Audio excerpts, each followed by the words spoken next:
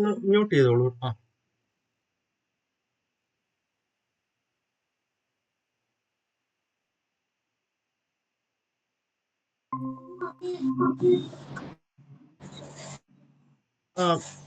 Audio ഒന്ന് mute.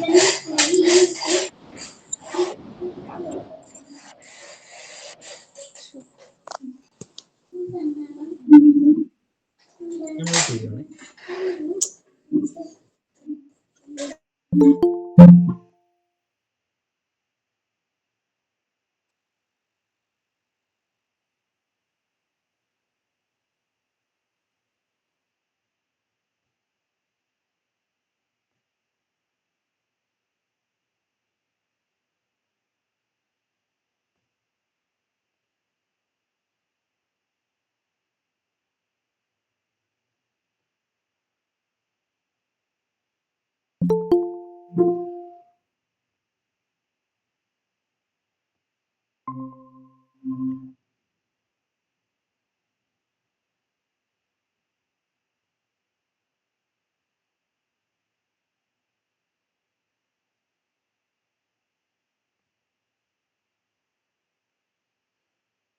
Hello, കേൾക്കാവോ?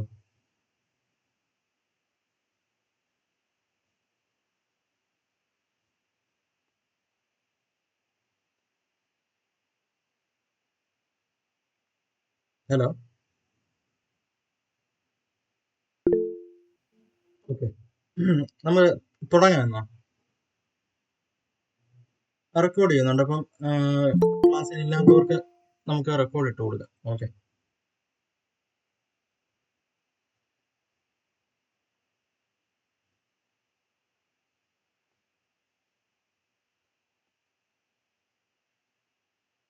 തുടങ്ങാം. നമ്മൾ കഴിഞ്ഞ ഒരു ക്ലാസ് ഞാൻ ഇട്ടിരുന്നു.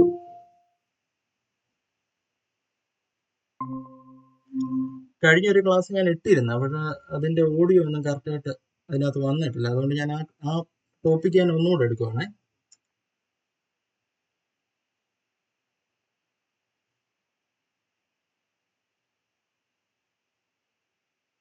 ഇപ്പൊ നമ്മൾ ഇന്ന് നോക്കാൻ പോകുന്നത് നമ്മുടെ അസ്ഥി വ്യവസ്ഥ. സൗണ്ട് കുറവാണോ? ഇവിടെ ഇപ്പൊ കേൾക്കാവോ? ഹലോ, ഇച്ചിരൂടെ സൗണ്ട് ഉണ്ടോ? ഓക്കെ.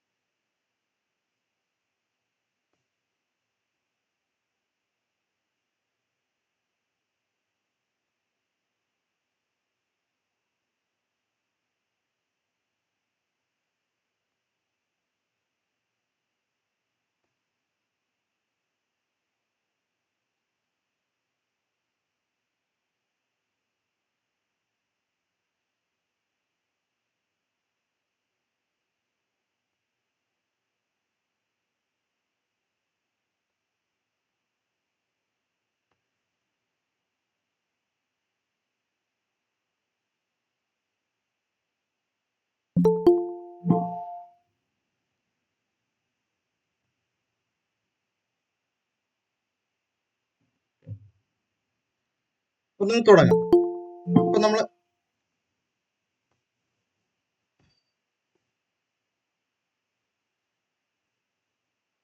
ഇപ്പൊ നമുക്ക് അസ്ഥി വ്യവസ്ഥയെ കുറിച്ചാണ് നോക്കാൻ പോകുന്നത്.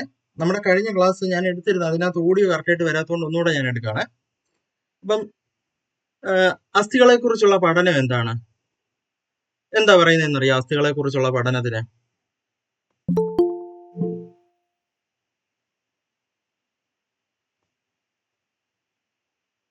ആ ചാറ്റ് ബോക്സിൽ ആരെങ്കിലും ടൈപ്പ് ചെയ്യാവോ?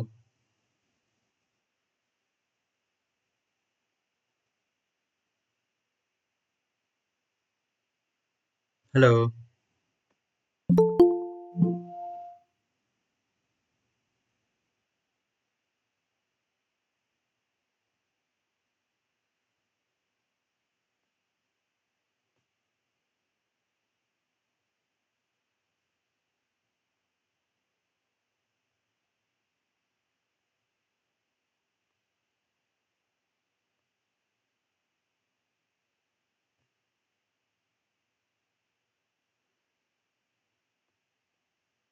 ആരും പറയുന്നില്ലല്ലോ.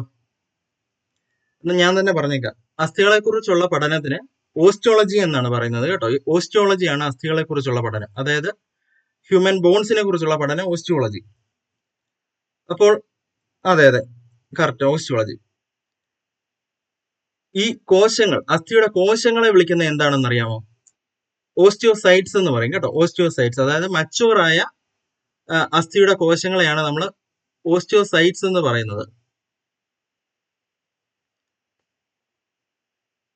നമ്മുടെ ഹ്യൂമൻ ബോഡിയിൽ ഒരു അഡൾട്ട് ആണെങ്കിൽ എത്ര അസ്ഥികൾ കാണും? അത് സാധാരണ ഒരു ക്വസ്റ്റ്യൻ ആണ്. സ്ഥിരം PSC പണ്ട് ചോദിച്ചുകൊണ്ടിരുന്ന ഒരു ക്വസ്റ്റ്യൻ ആണത്. എത്ര അസ്ഥികൾ കാണും?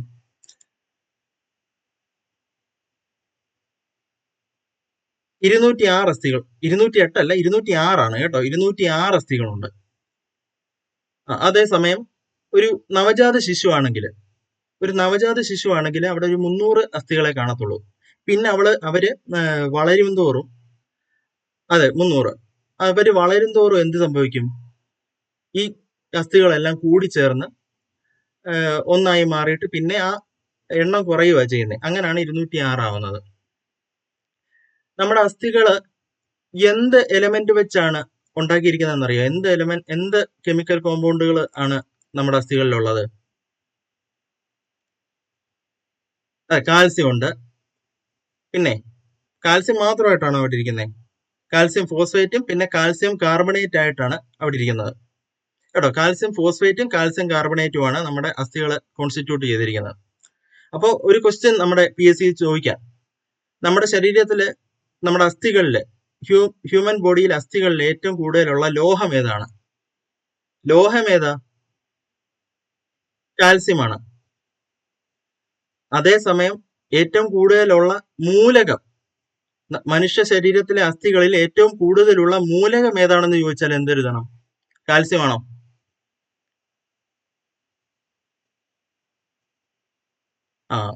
ഓക്സിജൻ ആണ് കേട്ടോ. ഓക്സിജൻ ആണ് നമ്മുടെ അസ്ഥികളിൽ ഏറ്റവും കൂടുതലുള്ള മൂലകം. അത് തെറ്റിപ്പോകുന്ന ഒരു ക്വസ്റ്റ്യൻ ആണ്. അത് മാറ്റി മാറ്റി ചോദിക്കും.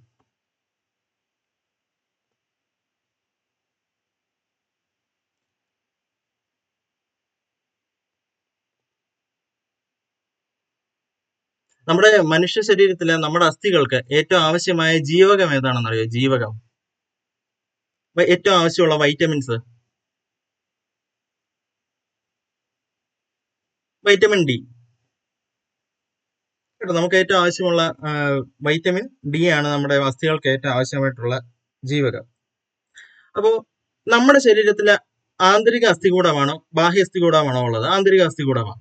അതേസമയം ബാഹ്യ അസ്ഥികൂടമുണ്ട്. അതെവിടാണ് കാണുന്നതെന്ന് അറിയാമോ? ഈ ഇൻസെക്റ്റുകൾ, ആർത്രോപോഡ ഫാമിലിയിലെ ഇൻസെക്റ്റുകളിലാണ് കാണുന്നത്. അത് കട്ടിയുള്ള പുറന്തോടാണ്. അപ്പൊ അകത്തൊന്നുമില്ല, വെളിയിൽ അവരുടെ ആ എക്സോസ്കെൽറ്റൻ ആയിട്ട്, അതെ അശ്വിൻ, ആർത്രോപോഡുകളിൽ കാണുന്നത് എക്സോസ്കെൽറ്റൻ ആയിട്ടാണ് കാണപ്പെടുന്നത്. ഇപ്പൊ ഞണ്ടും അല്ലെങ്കിൽ തേള്, പാറ്റ, നമ്മുടെ എല്ലാ ഷഡ്പദങ്ങളെല്ലാം ആർത്രോപോഡ്സ്. ഷഡ്പദങ്ങൾക്കെല്ലാം ഇതാണ്, എക്സോസ്കെൽറ്റൻ ആണ്. അതെ, സ്പൈഡർ. അപ്പൊ നമ്മുടെ കാര്യത്തിൽ നമുക്ക് എന്താണ്? ഇന്റേണൽ സ്കെൽറ്റൻ ആണ്, എൻഡോസ്കെൽറ്റൻ ആണ്. അപ്പൊ നമ്മുടെ ഇന്റേണൽ സ്കെൽറ്റനെ പിന്നെയും തരംതിരിക്കാൻ പറ്റും. എന്തൊക്കെയാണെന്നറിയോ?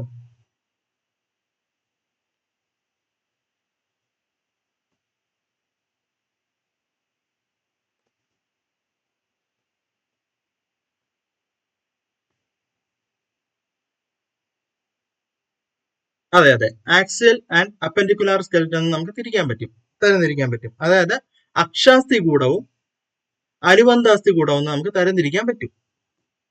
ഈ ആക്സിയൽ സ്കെൽറ്റനകത്ത് എന്താണ് ശരിക്കും ഉൾപ്പെടുന്നതെന്ന് അറിയാവോ? നമ്മുടെ ഏറ്റവും ഡെലിക്കേറ്റ് ആയിട്ടുള്ള നമ്മുടെ അവയവങ്ങളെ സംരക്ഷിക്കാൻ ഉള്ള അസ്ഥിയുടെ കൂട്ടമാണ് ഈ ആക്സിയൽ സ്കെൽറ്റനകത്ത് വരുന്നത്. അതായത് അപ്പൊ എന്തൊക്കെ വരുമായിരിക്കും? എന്തൊക്കെ ഡെലിക്കേറ്റ് ആയിട്ടുള്ള നമ്മുടെ അവയവങ്ങളെ ആണ് ഇത് സംരക്ഷിക്കുന്നത്?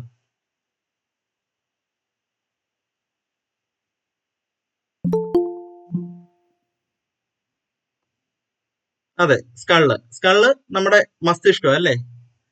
നമ്മുടെ ഹ്യൂമൻസിനെ മറ്റു മൃഗങ്ങളിൽ നിന്ന് വേറിട്ട് നിർത്തുന്ന, നമ്മുടെ വെൽ ഡെവലപ്ഡ് ആയിട്ടുള്ള നമ്മുടെ സ്കള്ളിനെ സംരക്ഷിക്കുന്നതാണ്, നമ്മുടെ ബ്രെയിനിനെ സംരക്ഷിക്കുന്നതാണ് സ്കള്ള്. ഈ സ്കള്ളിൽ എത്ര ബോൺസ് ഉണ്ടെന്ന് അറിയാവോ?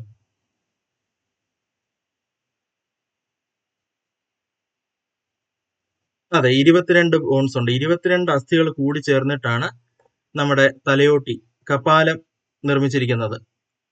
അപ്പം ഈ കപാലത്തില് 22 അസ്ഥികളെയും കൂട്ടിച്ചേർത്ത് വെച്ചിരിക്കുന്ന ആ ഫൈബർ നാരുകളെ വിളിക്കുന്ന എന്താണെന്നറിയോ? അത് ചിലപ്പോൾ PSC ചോദിക്കാം. തലയോട്ടിയിലെ അസ്ഥികളെ കൂട്ടി യോജിപ്പിച്ചിരിക്കുന്ന നാരുകൾക്ക് എന്താണ് പേര്?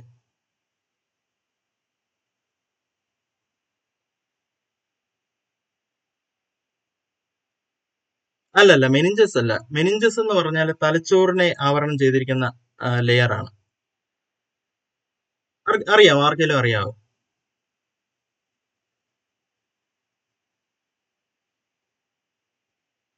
ഇല്ല, സ്യൂച്ചേഴ്സ് എന്ന് പറയും കേട്ടോ. അത് ഓർത്ത് ഒന്ന് നോട്ട് ചെയ്ത് വെച്ചോളൂ.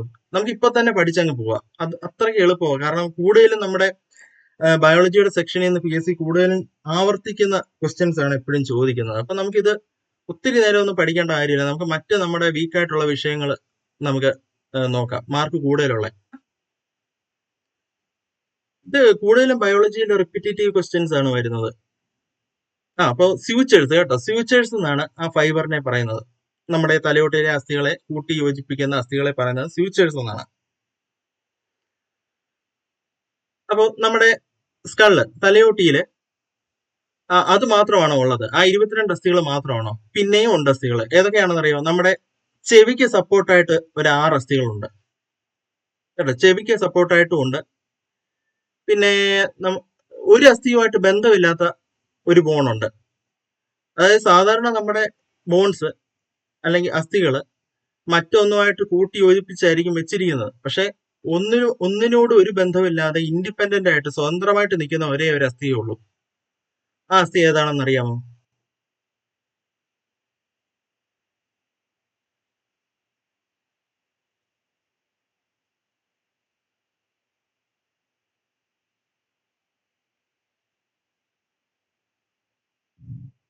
ഹലോ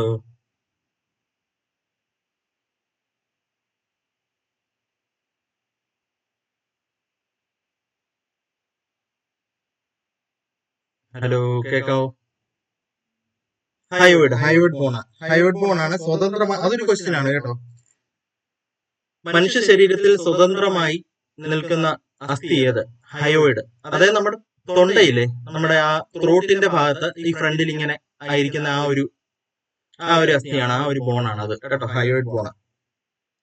അപ്പൊ നമ്മുടെ സ്കള്ളിൽ മൊത്തം കൂടെ സ്കള്ളല്ല, നമ്മുടെ ആക്സൽ സ്കെൽറ്റനെ ഇപ്പം സ്കള്ള് മാത്രമേ പറഞ്ഞുള്ളൂ. വേറെ അടുത്ത ഏതാണ് പറയാനുള്ളത്?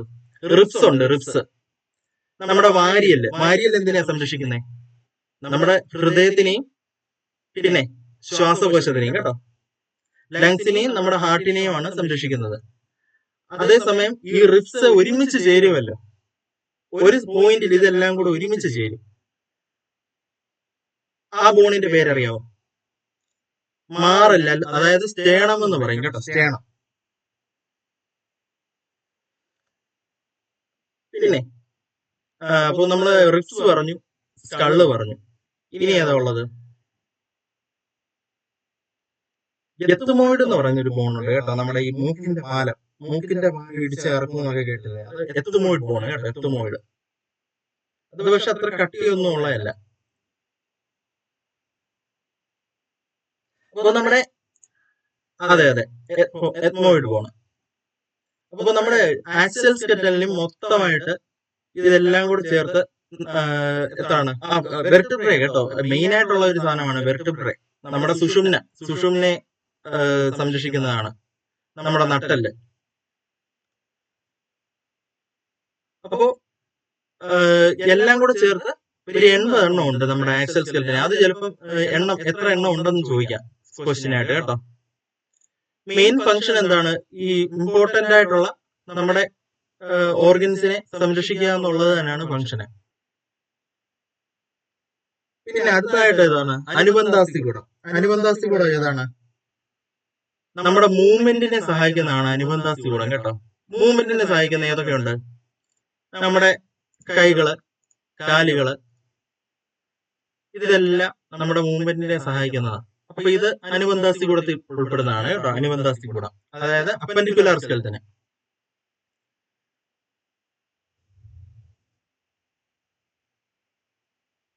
കേൾക്കാലോ അല്ലെ?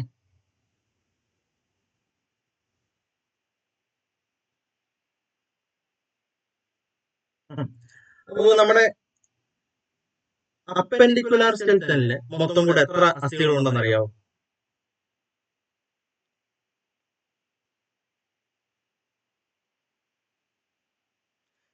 അതെ, 126 അസ്ഥികളുണ്ട്. അതായത് നമ്മുടെ കൈകളില് ഓരോ കൈയിലും 30 അസ്ഥികൾ വീതം, അങ്ങനെ 60. നമ്മുടെ കാലുകളിലും അതേ കണക്ക് തന്നെ, ഓരോ കാലുകളിലും 30 വീതം, 60, അങ്ങനെ മൊത്തം 120 ആയി. ഇനി 6 കൂടെ നമുക്ക് തയ്ക്കണം. അതിനിപ്പോ എങ്ങനെയാണ്? നമ്മുടെ തോളലില് 2 എല്ലുകളുണ്ട്. ഒന്ന് നമ്മുടെ മുന്നിൽ ഇങ്ങനെ എന്താണ് പാരലായിട്ടിരിക്കുന്ന ഒരു ബോണുണ്ടല്ലോ, ക്ലാവിക്കിൾ എന്നാണ് പറയുന്നത്. ക്ലാവിക്കിൾ ഇപ്പൊ ഞാൻ ഇതിനകത്ത് പ്രസന്റേഷൻ ഇട്ടിട്ടുണ്ട്. ക്ലാവിക്കിൾ കണ്ടോ? ഈ അസ്ഥികളാണ് ക്ലാവിക്കിൾ. നമ്മുടെ ഒരു സ്ട്രക്ചറിനെ മെയിൻറ്റെയിൻ ചെയ്യാൻ സഹായിക്കുന്നതാണ്. അതേപോലെ തന്നെ നമ്മുടെ പുറകില്, ഈ ക്ലാവിക്കലിന്റെ പുറകിലായിട്ട് നമ്മുടെ പുറം ഭാഗത്ത് 2 ബ്ലേഡുകൾ, ഷോൾഡർ ബ്ലേഡ് ആയിട്ട്. അതെ, ക്ലാവിക്കലിനെ തന്നെ അതൊരു ക്വസ്റ്റ്യൻ ആയിട്ട് വേണം ചോദിക്കാം. ബ്യൂട്ടി ബോൺ എന്നറിയപ്പെടുന്ന ഏത് അസ്ഥിയാണ്? ക്ലാവിക്കിൾ കേട്ടോ. നമ്മുടെ പുറം ഭാഗത്ത് ഷോൾഡർ ബ്ലേഡ് ആയിട്ട് നിൽക്കുന്ന 2 അസ്ഥികളുണ്ട്. അതിനെ പറയുന്നത് എന്താണെന്നറിയാം? സ്കാപ്പുല എന്ന് പറയും. സ്കാപ്പുല.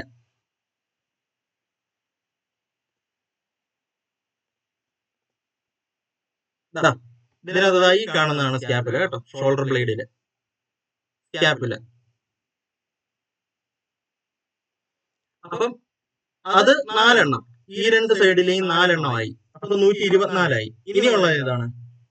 ഇനി 2 എണ്ണം കൂടെ വരും, എന്നാലേ 126 ആവത്തുള്ളൂ. അത് പറയാമോ?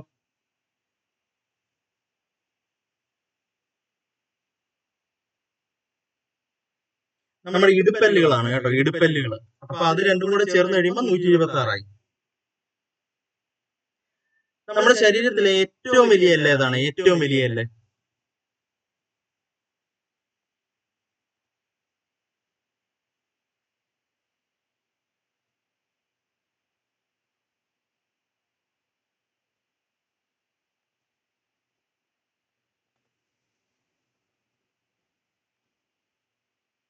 അറിയോ?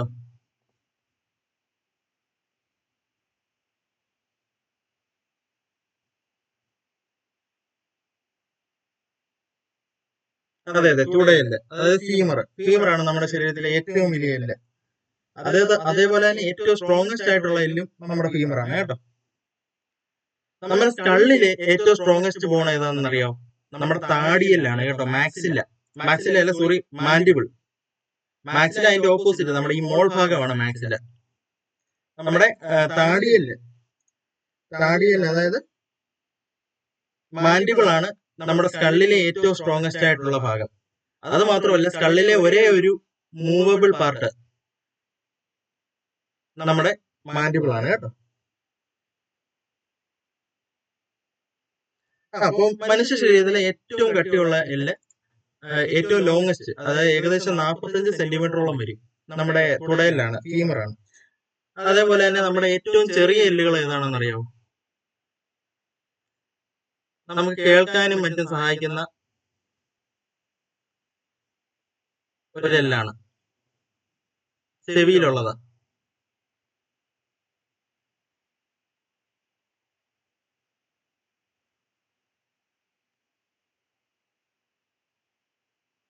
സ്റ്റേപ്പിസ് ആണ് കേട്ടോ, സ്റ്റേപ്പിസ്.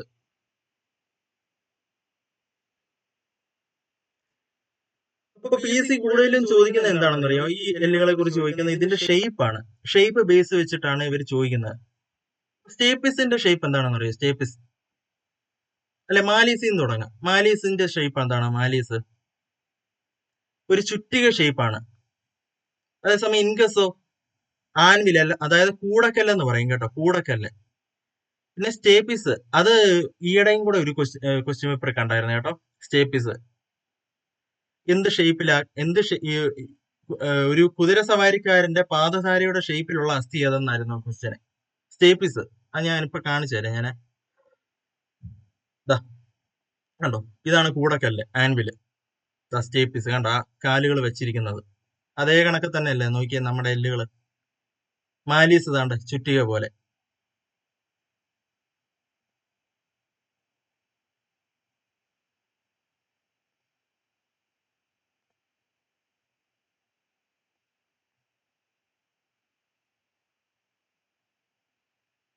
അപ്പോ നമ്മുടെ ഏറ്റവും ചെറിയ എല്ലുകള് സ്റ്റേപ്പിസ് ആണ്. എത്തുമോഡ് ഇപ്പൊ പറഞ്ഞായിരുന്നല്ലോ അല്ലെ, നമ്മുടെ മൂക്കിന്റെ പാലം. പിന്നെ മാൻഡിബിളിനെ കുറിച്ച് പറഞ്ഞു. സ്കള്ളിലെ ഒരേ ഒരു മൂവബിൾ പാർട്ടാണ് മാൻഡിബിള്, സ്ട്രോങ്ങസ്റ്റും ആണ്. പിന്നെ മാക്സില എന്താണ്? അതിന്റെ ഓപ്പോസിറ്റ് ഇരിക്കുന്നത് നമ്മുടെ സ്കള്ളിന്റെ മുകളിലത്തെ പല്ലിന്റെ നിരയെ പിടിച്ചു നിർത്തുന്ന ആ അസ്ഥിയാണ് മാക്സില. പിന്നെ സ്റ്റേണത്തിനെ കുറിച്ച് നമ്മൾ പറഞ്ഞിരുന്നു. ക്ലാവിക്കിളിനെ പിന്നെയും വിളിക്കുന്ന പേരെന്താണ്? ക്ലാവിക്കിൾ തന്നെ അറിയപ്പെടുന്നത് ബ്യൂട്ടി ബോൺ എന്നും അറിയപ്പെടും. ഫണ്ണി ബോൺ എന്താണെന്ന് അറിയാമോ? ഫണ്ണി ബോൺ, അത് ചിലപ്പോൾ ചോദിച്ചെന്നിരിക്കാം. താഴെ പറയുന്നവയിൽ ഫണ്ണി ബോൺ എന്നറിയപ്പെടുന്നത് ഏത്? ഫണ്ണി ബോൺ എന്താണെന്ന് അറിയാമോ? Funny bone.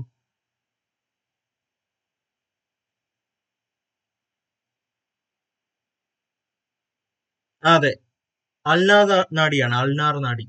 എന്തുകൊണ്ടാ ഫണ്ണി ബോൺ എന്നറിയപ്പെടുന്നതെന്നറിയോ? നമ്മുടെ കൈമുട്ടിൽ കൂടെ പാസ് ചെയ്തു പോകുന്ന ഒരു നാഡിയാണ് കേട്ടോ, അൾനാർ നാഡി. അപ്പം ഈ നമ്മുടെ കൈമുട്ട് ഇപ്പം ഡെസ്കിലോ ഒക്കെ ഇടിച്ചു കഴിഞ്ഞാൽ ഇത് ഒരു കൈ അങ്ങ് പെരുക്കും. കൈ നല്ല പോലെ പെരുത്തിരിക്കും. ഒരു ഫണ്ണി ഫീലിംഗ് ആണെന്നാണ് പറയുന്നത്. അതുകൊണ്ടാണ് അതിന്റെ പേര് ഫണ്ണി ബോൺ എന്ന് കേട്ടോ. ഒരു ടിംഗ്ലിംഗ് ഫീലിംഗ് ആണ്. അപ്പം അത് നമ്മൾ കവർ ചെയ്തു. പിന്നെ സ്കാപ്പുല തോളല്ലേ, തോളലിൽ പെടുന്നതാണ്. ക്ലാവിക്കിളും തോളല് തന്നെയാണ്, തോളലിൽ പെടുന്നതാണ്. പിന്നെ നമ്മുടെ വെർട്ടിബ്രൽ കോളത്തിൽ, അതായത് നട്ടെല്ലില് ആദ്യത്തെ കശേരുവിന്റെ പേരെന്താണ്? ആദ്യത്തെ കശേരുവിന്റെ പേര് അറിയാവോ?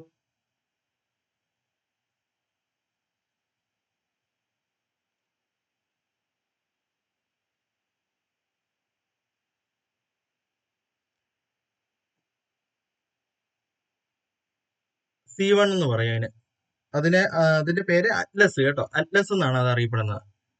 അതിന്റെ അതെ, അറ്റ്ലസും ആക്സിസ് രണ്ടാമത് വരുന്നതാണ്.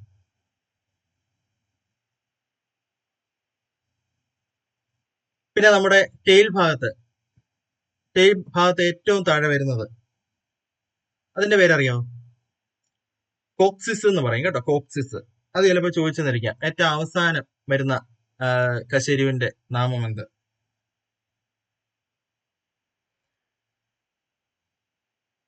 അപ്പോ നമ്മുടെ സ്കള്ള് നമ്മുടെ തലയോട്ടി അറ്റാച്ച് ചെയ്തിരിക്കുന്ന വെർട്ടിബ്രൽ കോളത്തിന്റെ കശേരുവിന്റെ നാമം എന്ത്? അതും എന്താണ്? അറ്റ്ലസ് ആണ് കേട്ടോ. രണ്ടാമത്തെയാണ് ആക്സിസ്.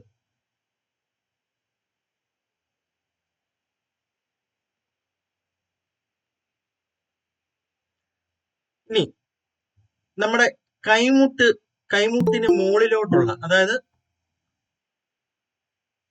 തോള്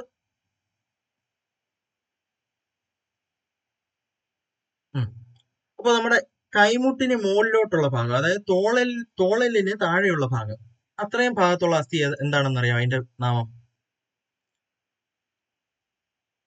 ഹ്യൂമറസ് എന്ന് പറയും കേട്ടോ. ഹ്യൂമറസ്.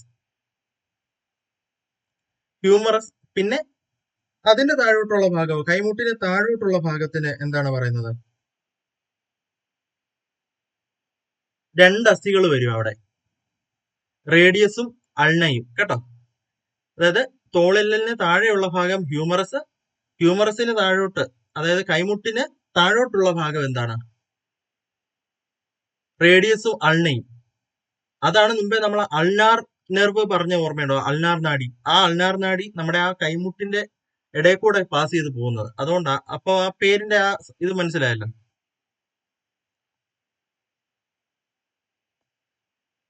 അപ്പൊ രണ്ട് ബോൺസ് ഉണ്ട് നമ്മുടെ കയ്യില്.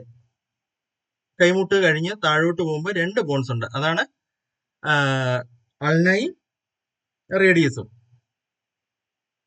അത് കഴിഞ്ഞ് വരുന്ന ഭാഗം എന്താണ്? നമ്മുടെ മണിബന്ധം വരുന്ന ഭാഗം, അതായത് കൈയുടെ എന്താണ് ആ ജോയിന്റ് വരുന്ന ഭാഗം എന്താ അറിയപ്പെടുന്നതെന്ന് അറിയാമോ? കാർപ്പൽസ് എന്നാണ് അറിയപ്പെടുന്നത് കേട്ടോ, കാർപ്പൽസ്.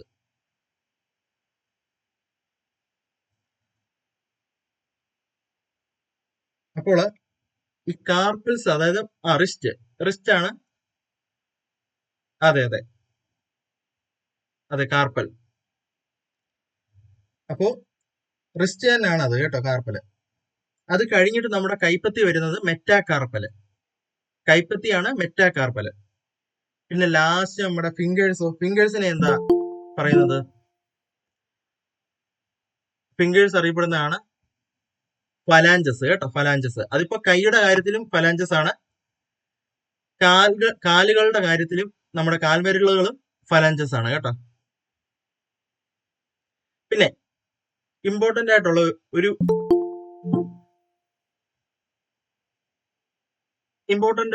ബോണ് നമ്മുടെ കാലുകളിൽ വരുന്നത് പറ്റല്ല എന്ന് പറയും. പറ്റല്ല, അത് എന്താണെന്ന് അറിയാവോ?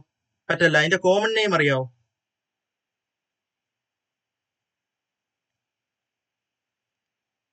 അതെ അതെ, മുട്ട്. നീ ക്യാപ്പ് എന്ന് നമ്മൾ കോമൺ ആയിട്ട് പറയും. പറ്റല്ല എന്നാണ് അതിന്റെ ശാസ്ത്രീയ നാമം കേട്ടോ. അപ്പോൾ നമ്മുടെ കൈകളിൽ റേഡിയസും അൾനയും ഉള്ള പോലെ തന്നെ നമ്മുടെ കാലുകളിലും ഉള്ള 2 എല്ലുകളുണ്ട്. അതായത് മുട്ടിന് താഴോട്ട്, ഈ പറ്റലയുടെ താഴോട്ടുള്ള 2 അസ്ഥികളുണ്ട്. അതാണ് ടിബിയയും ഫിബുലയും കേട്ടോ, ടിബിയയും ഫിബുലയും. അതെ, ടാർസൽ ഇപ്പൊ പറയാം. ടിബിയയും ഫിബുലയും ആണ് നമ്മുടെ കാൽമുട്ടിന് താഴോട്ടുള്ള 2 അസ്ഥികൾ. ആ 2 അസ്ഥികൾ പോയി ജോയിൻ ചെയ്യുന്ന ഭാഗമാണ് ഏത്? ഒരു കാൽക്കുഴ വരുമല്ലോ, കാൽക്കുഴ വരും. നമ്മുടെ കയ്യിലെ മണിബന്ധം പോലെ തന്നെ കാൽക്കുഴകൾ വരുന്ന ആ ഭാഗമാണ് എന്ത്? ടാർസല്. പിന്നെ നമ്മുടെ ടാർസൽ കഴിഞ്ഞാൽ മെറ്റാടാർസൽ അപ്പൊ എന്തായിരിക്കും? ഇതാ നമ്മുടെ കാൽമുട്ട്. മെറ്റാടാർസൽ എന്താണ്? മെറ്റാടാർസൽ ഈ കാൽപാദമാണ് കേട്ടോ, മെറ്റാടാർസൽ.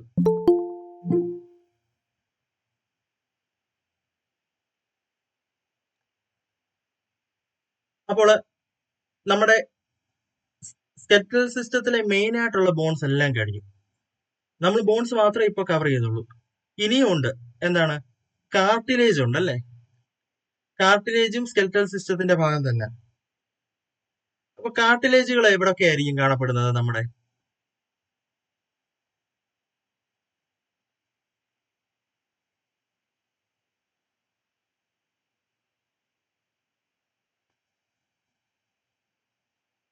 അറിയാവോ?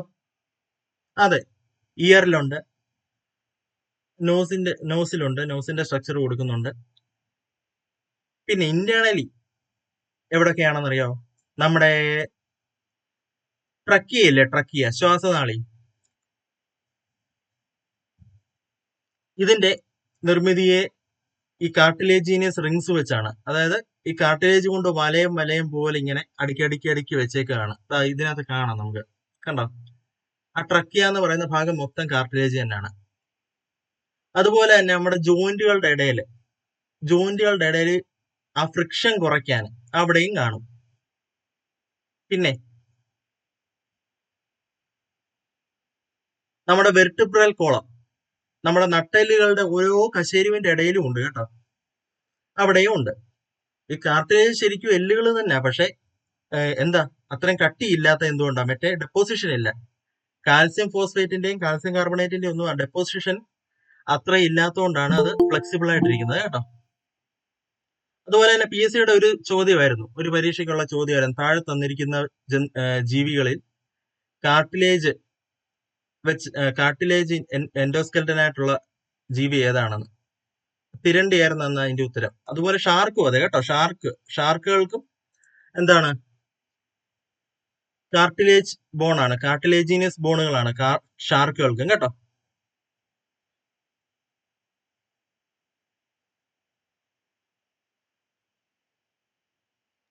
ഇനി നമുക്ക് നോക്കാനുള്ള എന്താണ്? അസ്ഥി മജ്ജകളെ കുറിച്ചാണ്. അസ്ഥി മജ്ജ എന്താണ്? അസ്ഥി മജ്ജ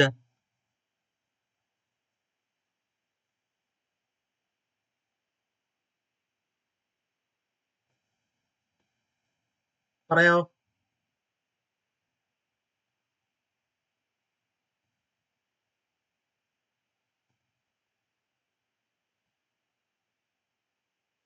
അസ്ഥിമജ്ജയിലാണ് എന്ത്? അതെ, ബോൺ മാരോ. അവിടാണ് എന്ത് നമ്മുടെ രക്തകോശങ്ങളുടെ രൂപീകരണം നടക്കുന്നത് അവിടാണ് കേട്ടോ. രക്തകോശങ്ങളുടെ രൂപീകരണം അസ്ഥിമജ്ജയിലാണ്. അത് ചിലപ്പോൾ ചോദിച്ചെന്നിരിക്കാം, എവിടാണ് രക്തകോശങ്ങൾ രൂപീകരിക്കപ്പെടുന്നത്?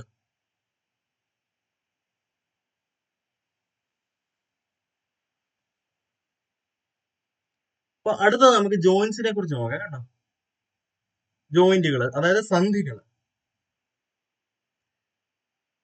സന്ധികൾ എന്താണ് പറയാവോ? ആരെങ്കിലും പറയാവോ? അത്തരം ഗ്രൂപ്പ് ഇട്ടേക്കാം കേട്ടോ. അത് നേരത്തെ എടുത്തായിരുന്നു, ഈ ടോപ്പിക്ക് തന്നെ ഞാൻ ക്ലാസ് എടുത്തായിരുന്നു. അന്ന് കറക്റ്റ് ഓഡിയോ ഒന്നും ശരിക്കും വന്നിട്ടില്ല, നെറ്റിന്റെ ഇഷ്യൂ എല്ലാം കാരണം. അതുകൊണ്ടാണ് ഞാൻ പിന്നെ നോട്ട് ഇടാഞ്ഞ. അതുകൊണ്ട് ഇന്നൊന്നും കൂടെ ഞാൻ എടുത്തതാ. ആ ടോപ്പിക്ക് തന്നെ ഒന്നുകൂടെ എടുത്തത്. പിന്നെ ഇത് ജോയിന്റ്സ്, ഈ സന്ധികൾ നമ്മുടെ പുതിയ ടോപ്പിക്കാണ് കേട്ടോ. അത് ഇപ്പൊ നോക്കുന്നേ ഉള്ളൂ.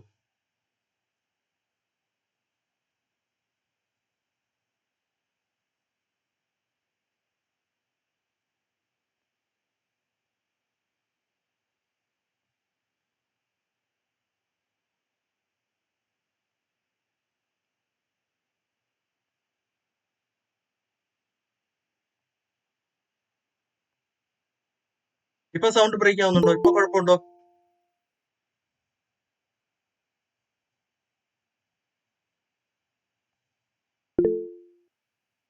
ഓക്കെ,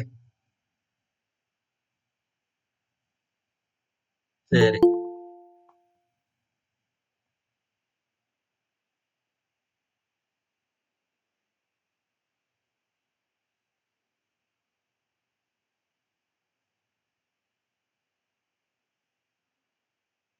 ആ, പറയാലോ അല്ലേ? അപ്പൊ ജോയിന്റ്സ്, അതായത് സന്ധികള്. നമ്മുടെ സന്ധികൾ എന്താണ് സന്ധികൾ? നമുക്ക് ചുമ്മാ ഇങ്ങനെ നീങ്ങി പോകാൻ പറ്റുമോ? ഈ എല്ലുകളെല്ലാം മാത്രമേ ഉള്ളെങ്കിൽ, എല്ലും മസിലും മാത്രമേ ഉള്ളെങ്കിൽ നീങ്ങാൻ പറ്റുമോ? ഇല്ല. അപ്പൊ നമ്മുടെ ഈ എല്ലുകള് കറക്റ്റ് ഓരോ സ്പോട്ടുകളിൽ ജോയിൻ ചെയ്ത് വെച്ചിരിക്കുക. അതിപ്പോ പല പല ടൈപ്പ് ജോയിന്റുകളായിരിക്കും അല്ലെ? ഏതെങ്കിലും ഒരു ജോയിന്റ് പറയാമോ?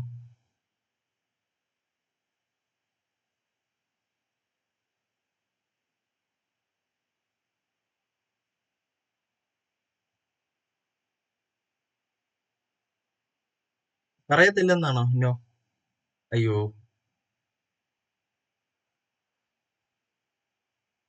ഹലോ, കുഴപ്പമുണ്ടോ ഇപ്പം? Hello, hello, hello.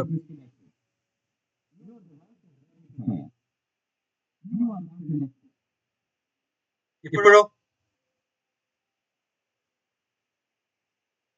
ഓക്കെ, പറയാലോ ഇനി. അപ്പൊ സന്ധികള്, സന്ധികൾ എന്താണ്? അത് നമ്മുടെ എല്ലുകൾ ജോയിൻ ചെയ്ത് വെച്ചിരിക്കുന്ന ആ സ്പോട്ടുകളാണ്, ആ ഒരു ജംഗ്ഷനാണ് സന്ധികള് കേട്ടോ.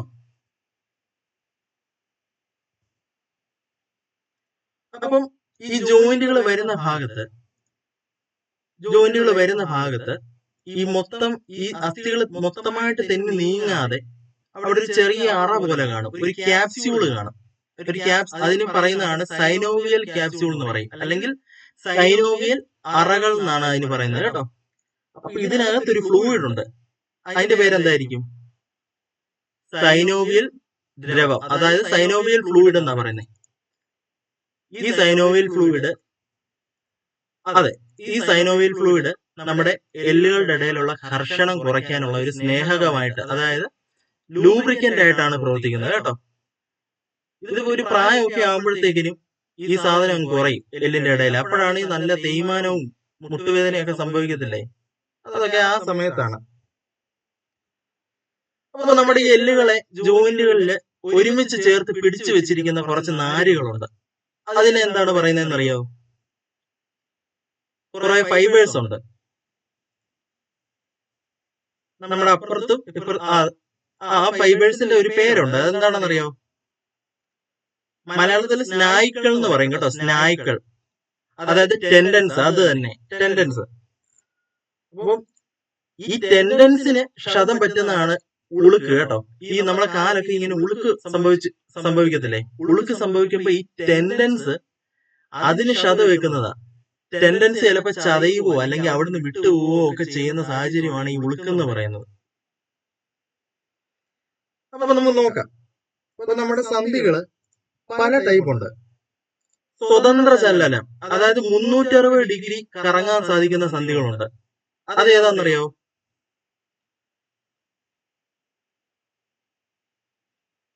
360 ഡിഗ്രി കറങ്ങുന്ന ഏത് സന്ധികളാണെന്നറിയോ? തോളെല്ലും കറങ്ങും, അതുപോലെ നമ്മുടെ അതെ ഗോളര സന്ധികൾ, അതാണ് ഗോളര സന്ധി കേട്ടോ.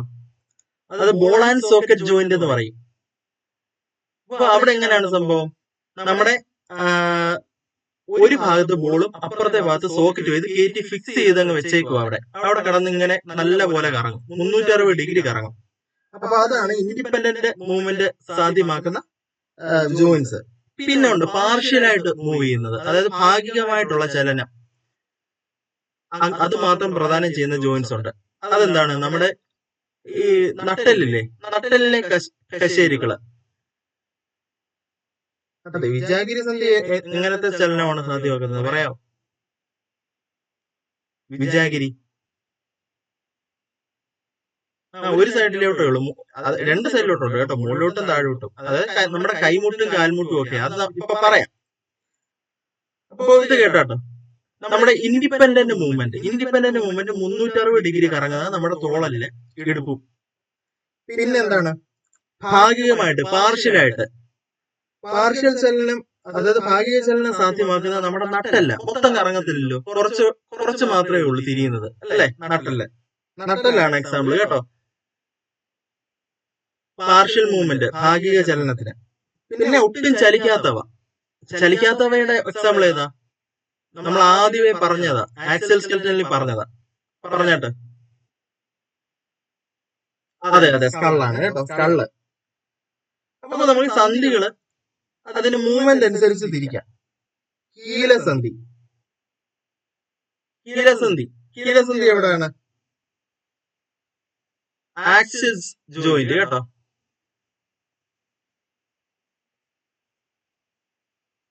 എവിടെയാന്ന് പറയാമോ? നമ്മുടെ സ്കള്ള്, നമ്മുടെ തലയോട്ടിയില്ലേ, നമ്മുടെ തലയോട്ടി നമ്മുടെ നട്ടലിലോട്ട് ചേരുന്ന ആ ഒരു ഭാഗമാണ്. ഒരു അക്ഷത്തിനെ ബേസ് ചെയ്ത്, അതായത് ഒരു ആക്സിസിനെ ബേസ് ചെയ്ത് എന്താണ് അങ്ങോട്ടും ഇങ്ങോട്ടും നീങ്ങുക. മൊത്തം 360 ഡിഗ്രി ഒന്നുമില്ല, ഒരു 180 ഡിഗ്രി പോസിബിൾ. അങ്ങനത്തെ ആ സന്ധിയാണ് കീലസന്ധി കേട്ടോ. പിന്നെ ഗോളരസന്ധി ഇപ്പം നമ്മൾ കുറെ പറഞ്ഞല്ലേ, തോളല്ലേ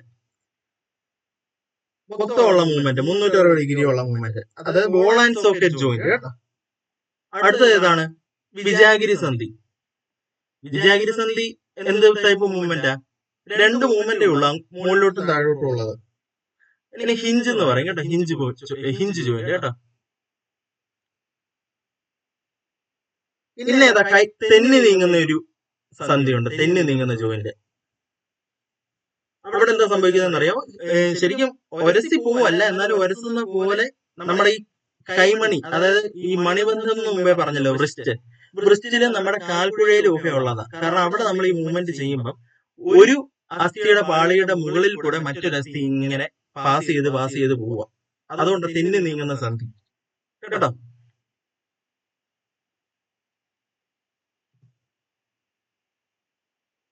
അതാണ് നമ്മുടെ മെയിൻ ജോയിന്റ്സ്. ഇനി എന്താ നോക്കാനുള്ളത്? നമുക്ക് അസുഖങ്ങളെ കുറിച്ചും കൂടെ നോക്കണം. നമ്മുടെ അസ്ഥികൾക്ക് വരുന്ന അസുഖങ്ങൾ ഏതൊക്കെയാണ് മെയിന്? കാൽസ്യം ഡിയുടെ കുറവ് കൊണ്ട് വരുന്ന അസുഖത്തിന് ഒരു എക്സാമ്പിൾ പറയാമോ? കാൽസ്യം ഡിയുടെ കുറവ് കൊണ്ട് വരുന്നത്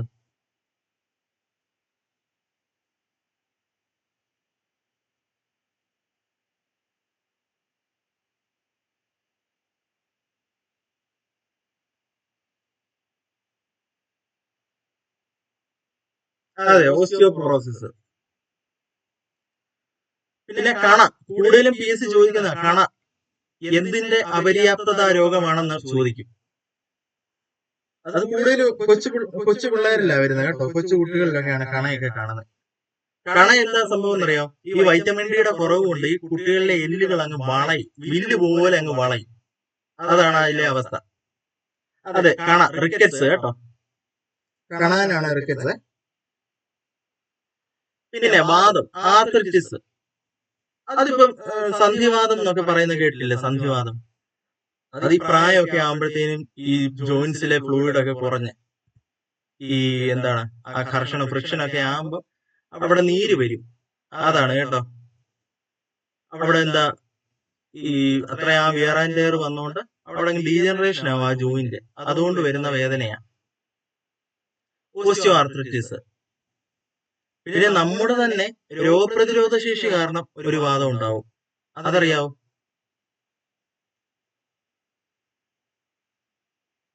നമ്മുടെ രോഗപ്രതിരോധ ശേഷി അമിതമായിട്ട് കൂടുന്നത് കൊണ്ട് നമുക്കൊരു വാദം ഉണ്ടാവും. അത് പറയാമോ ആർക്കെങ്കിലും? അതെ, റുമാറ്റോയിഡ് ആർത്രൈറ്റിസ്, അതായത് ആമവാദം എന്ന് പറയും കേട്ടോ. അത് നമ്മുടെ ശരീരത്തിലെ ജോയിന്റുകളെ മാത്രമല്ല, ആദ്യം ജോയിന്റുകളെല്ലാം നല്ല പോലെ ഡാമേജ് ആവും. അത് കഴിഞ്ഞ് നമ്മുടെ ഹാർട്ട്, നമ്മുടെ ഹൃദയം, ശ്വാസകോശം, കണ്ണ്, സകല സാധനങ്ങളും അടിച്ചു പോകും. ഈ റുമാറ്റോയിഡ് ആർത്രൈറ്റിസ് ആണെങ്കിൽ, ആമവാദം നല്ല എന്താണ് ഡേഞ്ചറസ് ആയിട്ടുള്ള ഒരു അസുഖം അത്.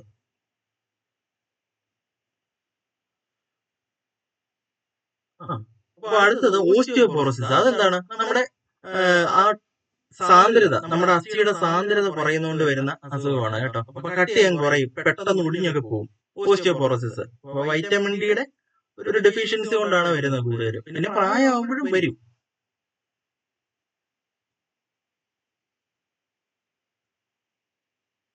പിന്നെ ഗൗട്ട് സ്ഥിരം ചോദിക്കുന്ന പി സി കേട്ടോ, ഇടയ്ക്കിടയ്ക്ക് ചോദിക്കും ഗൗട്ട് എന്താണെന്നറിയാം?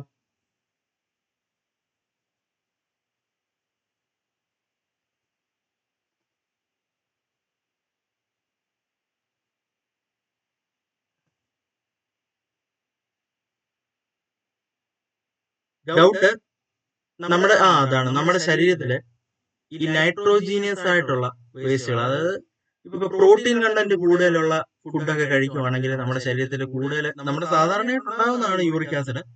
പക്ഷേ ഈ പ്രോട്ടീൻ കണ്ടന്റ് ഉള്ള സാധനങ്ങൾ കൂടുതൽ കഴിക്കുമ്പോൾ, അതായത് റെഡ് മീറ്റ്, ഈ പയറുവർഗ്ഗങ്ങൾ, ഇതൊക്കെ കൂടുതൽ കഴിക്കുമ്പോൾ ഈ യൂറിക് ആസിഡിന്റെ പ്രൊഡക്ഷൻ കൂടും. ഈ യൂറിക് ആസിഡ് പോയിട്ട് എന്നിട്ട് ഈ ജോയിന്റ് പോയിട്ട് അറ്റാച്ച് ചെയ്ത്, അതെ, നമ്മുടെ ജോയിന്റ് പോയി അറ്റാച്ച് ചെയ്ത് പിന്നെ അവിടെ എന്താണ് ഈ ക്രിസ്റ്റലൈസ് ആവും. ഇത് ക്രിസ്റ്റലൈസ് ആയി ഈ ജോയിന്റ് പോയി ഡെപ്പോസിറ്റ് ആയി ഭയങ്കര വേദനയാ ഈ യൂറിക് ആസിഡ് പോയിട്ട്. അപ്പൊ അതാണ് ഗൗട്ട് എന്ന് പറയുന്ന കണ്ടീഷൻ കേട്ടോ. അപ്പൊ അതൊക്കെയാണ് നമ്മുടെ മെയിൻ ആയിട്ടുള്ള അസുഖം. പിന്നെ ബോൺ ക്യാൻസർ അത് നമ്മുടെ അറിയാലോ.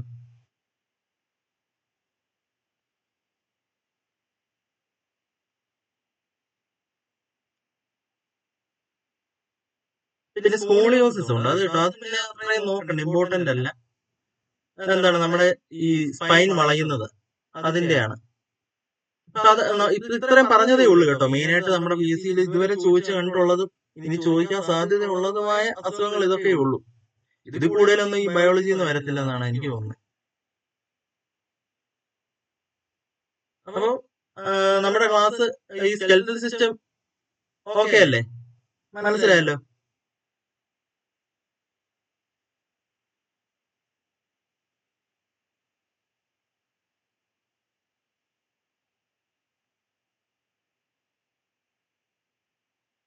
ഓക്കെ, വേറെ ഡൗട്ട് ഒന്നും ഇല്ലല്ലോ ആർക്കും? ഇടാം, PDF ഇടാം, PDF തരാം, ഇതിന്റെയും തരാം.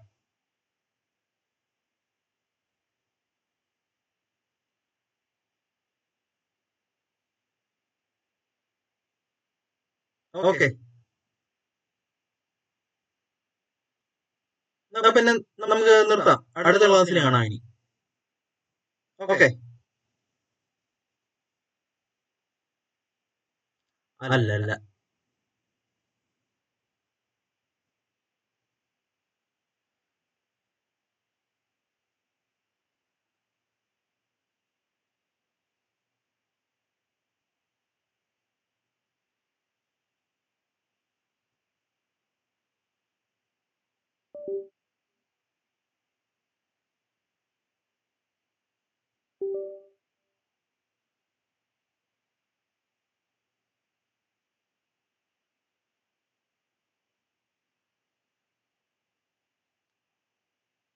അതെ അതെ അതെ, ബോൺ ക്യാൻസർ, സർക്കോമയില് സർക്കോമ എന്നറിയപ്പെടുന്നത് ബോൺ ക്യാൻസർ, ബോണിലും പിന്നെ സോഫ്റ്റ് ടിഷ്യൂലും ഒക്കെ വരുന്നതാണ്.